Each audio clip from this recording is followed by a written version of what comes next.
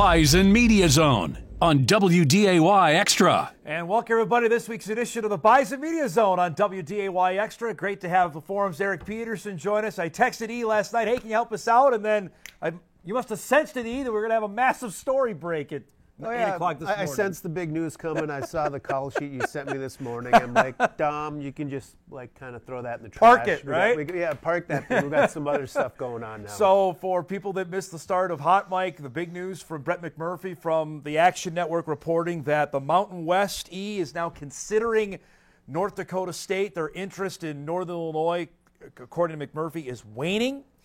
And from all intents and purposes, you read the story, it looks like as a football-only member. Give me your thoughts immediately when you hear this.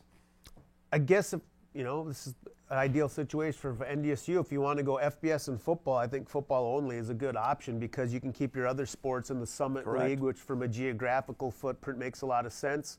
The Mountain West has some very intriguing teams, but it's hard to know who's left in the Mountain West right now and what's going to be left in the Mountain West by the time they get there. But if NDSU wants to go FBS, this is as good an opportunity as I think they're going to get if the Mountain West is really serious and doing more than just considering. So, and I think at this point, if you want to get FBS, I think you just get to the FBS. And if it's not the ideal conference fit, I think you sort that out later because, as we've read also in this story, it mentions it's kind of a matter of the gatekeeper, Greg Sankey, and the powers that be want more FCS teams in the FBS. And I think in the end that might be the sticking point. Do the higher-ups in the FBS say, wait, we don't want any more FCS teams jumping in and trying to split some of this big money pie that we got set up? Great point on it. We've been talking about this for a while, over I'd say the last year and a half, once the additions of like Missouri State and Delaware, Sam Houston, Kennesaw, Jacksonville State, that I think the power, we don't want to share any more money with teams coming up from the division. That could be a real sticking point in this whole thing. To East Point, the Mountain West is not as you know it now. You're seeing Boise State, who was ranked in the college football rankings playoff last night. They're gone. They're going to the Pac-12. Colorado State is leaving. Utah State is leaving. Fresno is leaving. The Mountain West, as it stands in 2026, would consist, and here's the map, Hawaii, Nevada, UNLV, San Jose State, UTEP is going in, New Mexico, Wyoming, and Air Force. Now, to me, what stands out, Vegas is appealing. That's obviously there. Air Force would be a great appointment as well. Wyoming, not too far away. The one caveat on this, there are no central time zone teams. They're either Mountain, Pacific, or Hawaiian time. So travel is certainly going to be different. But, again, it's just for football, as we know. As we think, I guess. And again, if NDSU is seriously wanting to go FBS and that's like the long-term vision, I think you just got to get somewhere. You have to get into the club. Correct. The social club, and then you can find your way to what's the best fit. And as we've seen, when is this conference stuff going to stabilize? And then, if the Power Four changes form again, so I just think you got to get in, and we kind of went what's Sam Houston? What are all these teams doing? Or maybe they're let's just get in and see what happens. We'll sort it out. And you look at even back to James Madison. Didn't James Madison said they'd never go to the Sun Belt? Correct. And now the Sun Belt's turned into a pretty appealing conference. So you just get in, and stuff is going to shift, and you hope it shifts in your direction. Those schools, when I read them off, does anything jump out to you? Those aren't. The Bison, I was looking at the Saginaw ratings before you came by. The Bison are ranked ahead of almost all of these teams outside of UNLV. So if there's any worried about competition, they'll be A-okay against these schools. Yeah, and the one thing, I don't know if concerning is the word, but if you'd like to go to the Mountain West that had a Boise State, and some of these teams that are leaving, then the other question I have, is the Mountain West just going to want one team? Would they want South Dakota State? Would they want a Montana State? Would they want a Montana? I would say, sorry to interrupt, if they go and get the Bison, that they're at 9 football members, you probably want 10, because then you could play 9 league games, because television networks want as many conference games as you get. They would want 9. And to me, if NDSU went with a regional team like a South Dakota State, the Montanas, they're not going to split them. They're going to have to go as a package deal. So I guess the only thing you'd look at, just say, I don't know what South Dakota State's appetite for this, though, but just say South Dakota State and North Dakota State went football only.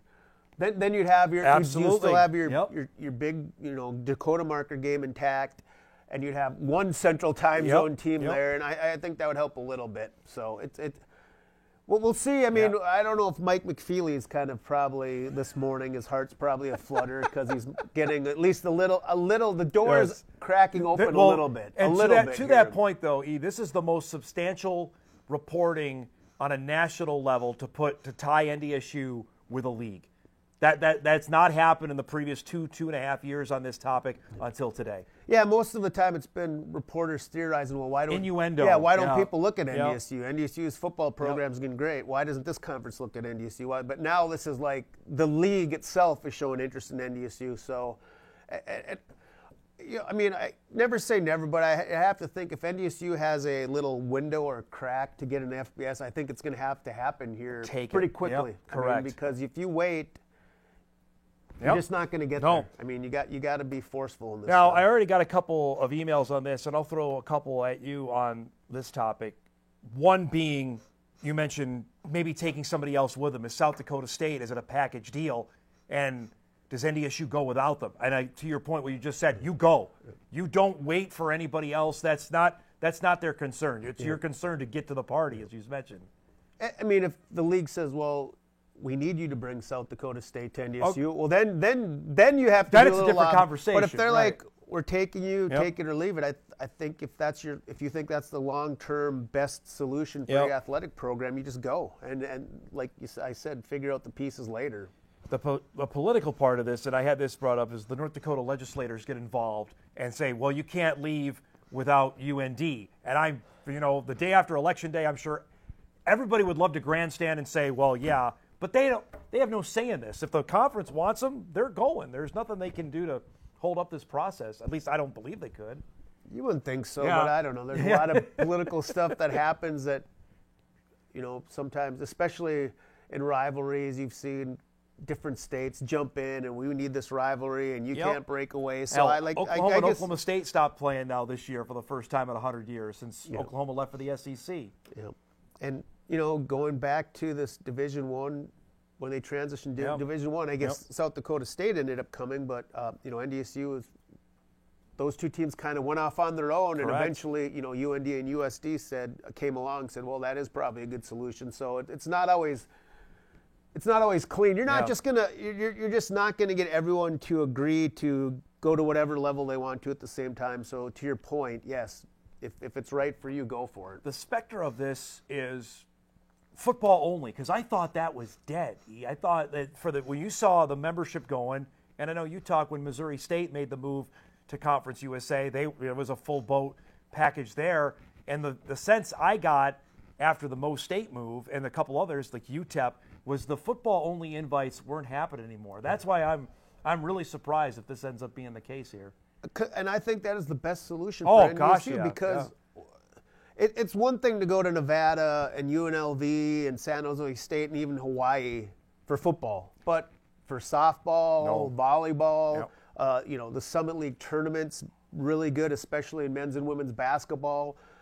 If it's everything, the one thing, if I'm a fan or men's and women's basketball fan, I would totally miss that Summit League tournament if I'm a fan of that stuff. So if it is the football only invite, it's the best of both worlds for NDSU, I think. Yeah, and it gets awfully expensive. Now, granted, we don't even know with the House settlement impending next year as the scholarship limits are going to go above 100, and that changes the equivalency there as well, where you've still got if they do this, they still have to figure out a way to get the women's scholarship numbers up as well if they increase in football. Well, I mean, the limit's 100. That doesn't mean you have to go to 100. But yes, if NDSU goes to FBS and the limit becomes 100 and NDSU decides to go to 100, what is it, 63, 65 Correct. now? It's 63 right now. And you can split them up anyway. Not in FBS. It's a full ride now. So say they go to the full 100. That's 37 plus scholarships on the football. So that'd be 37 scholarships on the women's side. Is there even enough sports to? Boy, you'd have to spend. Yeah, I know. I mean, they'd almost feel like, would you have to add women's sports to do that? That's another conversation. I mean, I don't know. I mean, I haven't looked at. I mean, maybe softball, track, golf, volleyball, and soccer. I guess you could spread it out there. I mean, maybe all those ones go to full. They'd have to go to full. Yeah. Like full scholarship limits if they're not already. I don't know where they are in a lot of those sports, but yeah, that's another. And I don't know, maybe the league sets a little. Sometimes if there's an FBS thing of 100, maybe the league says, well, our limit's going to be 80 or whatever. I'm just throwing numbers out there and I have no idea. Your people you talk to, I think you get a sense as well that they're long past due with FCS, that they want to see this happen for the people that you talk to about Bison football? I think there's some back and forth, but I think it's now swung more to FBS. I think 5-6 years ago, like, why do we want to go play in this nondescript bowl on a Tuesday night in whatever town in the middle of nowhere, blah, blah, blah. But I just think, I mean, we've seen it. I mean, Northern Iowa game, there's 14. I mean, and I know there's other factors in attendance. It's not just opponent and whatever. Correct. But 14,000 and change at Northern Iowa. The juice was there for South Dakota State. Doubt. But it used to be the juice was there for almost every game. Yes. Now it's, all right, maybe sometimes the UND game, sometimes the South Dakota State game, maybe if the USD game was in the Dome this year, potentially. But there's just, I mean, Northern Iowa was the gold standard when NDSU joined the Missouri Valley. And now they came in and it just seemed like the crowd was like, okay, Northern Iowa's a coming. And I'll point to 2 weeks ago, going to Murray, Kentucky. There's nothing similar of those programs between North Dakota State and Murray State other than they play at FCS. But there's nothing that compares to that. The counter would be like, which one of these teams is going to bring the juice from the fans, though, with the Boise State out? Well, Air Force would. I think Wyoming would. But what I'm saying, there's also teams in here, people will be like, okay. UTEP and San Jose State are not going to get people juiced. I will not argue that. I mean, Wyoming, especially if Craig Bull was there, would have been super, you know. But I think initially, yes, it's going to be super excited. That's why the Dome vote yesterday is another layer on top of this. But I see your point, but I would say initially, new opponents, all right, it's a new level of football, absolutely. I think certainly going to these places, I think there'll be some excitement about that as well. Yeah, and I get it. To kind of, I don't know what the word is, counter my point, like no matter what league you're in, you're not going to have like all the opponents aren't. You're going to have some opponents that aren't attractive, no matter what league you're in.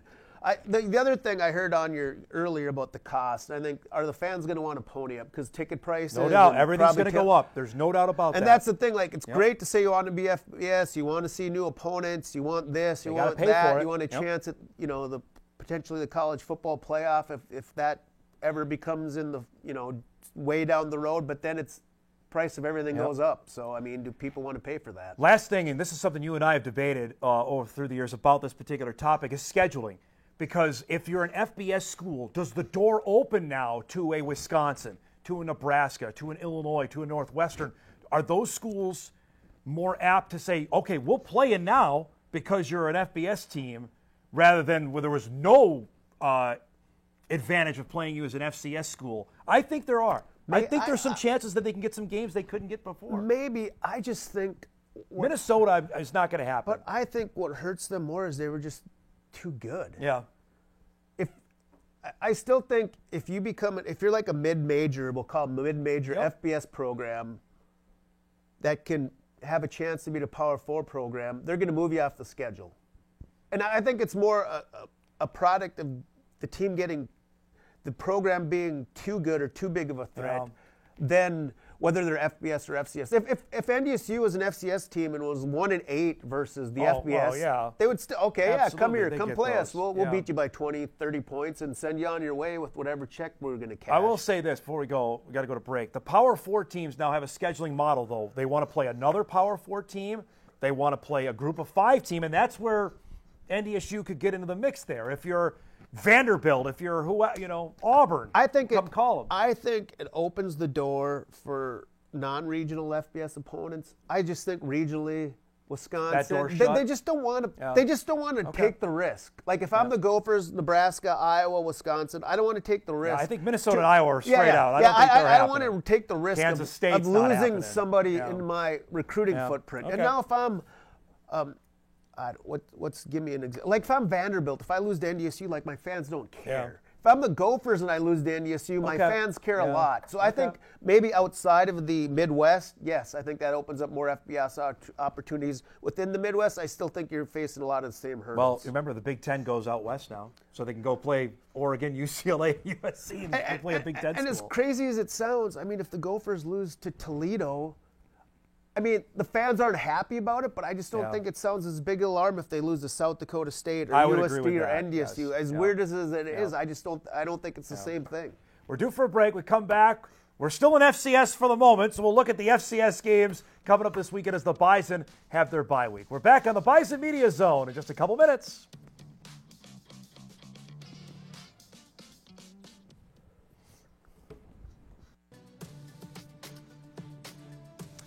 Back here on the Bison Media Zone, the Bison are off this week, but that doesn't stop the big games in Week 11 of the FCS season. South Dakota State goes to Grand Forks to take on UND. People forget, that UND was up, was it 14-0, 21-3 on the Jacks when they went up there a couple years ago. Then a pick six happened, and the Jacks took off after that. We know UND is a different team at home, but the way they played the last 2 weeks, I don't know what to make of that game Saturday. And South Dakota State's kind of made it through their gauntlet.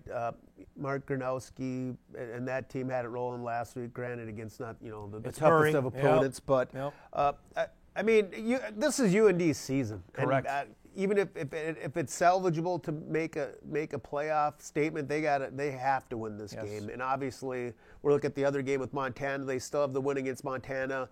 If they find a way to beat South Dakota State. Oof. You're in, probably, I would think. The Indiana State and Youngstown State losses look bad, but if you have two top 10 quality wins, I mean, it at least gives them a chance. But if they lose this game, you have USD coming up. That's just a tough. I think UND is playing for their playoff season on Saturday. East Tennessee State probably is as well. They host Western Carolina. The Bucks lost last week in a tough game there. That's a playoff game there. Each of those teams have 4 losses. Yeah, East Tennessee State, impressed me when they played NDSU, but they've just kind of been an up-and-down team. Yeah. Sometimes they look like world beaters. Sometimes they look like, well, this looks like the East Tennessee State team that maybe we saw, years previous. But, yeah, their playoff season's on the line. Rhode Island keeps getting on the board here. Rhode Island is 8-1. I don't know if I believe in them. Delaware is one of those teams that's leaving. This is their last year of FCS football. We'll see if they're for real on Saturday. We've been to Delaware. I'm curious to see how they play. I mean, they'll have a chance. I just don't know if there's any – since James Madison left, the CAA is just lacking that kind of powerhouse program that's kind of the litmus test. I mean, Delaware's, like we said, an up-and-down program. Rhode Island, I'm not going to lie, I haven't seen too much of Rhode Island this year, so I can't, comment on them with any sort of authority. But, yeah, it's a big game for them. If Rhode Island wins at Delaware, they're probably going to be the team from the CAA top this year. Top 8 seed there. Davis and Montana, the other matchup coming up, 9:15 on ESPN2. Don't forget, we've got men's basketball coming up tomorrow night. Bison, Illinois State, 7:30 right here on WDAY Extra. Bowden Scunberg potentially returns. I know he's battling an injury. We'll see that. And then on Friday night, we've got North Dakota State wrestling. They take on Oregon State, 7 o'clock from the Shack. Our thanks to Big E, Eric Peterson, for stopping by this morning. Much more on the Bison in the Mountain West coming up later today on our news at 6 and 10. You can catch the Bison Media Zone each and every Wednesday at 10:30. We'll see you next week, everybody.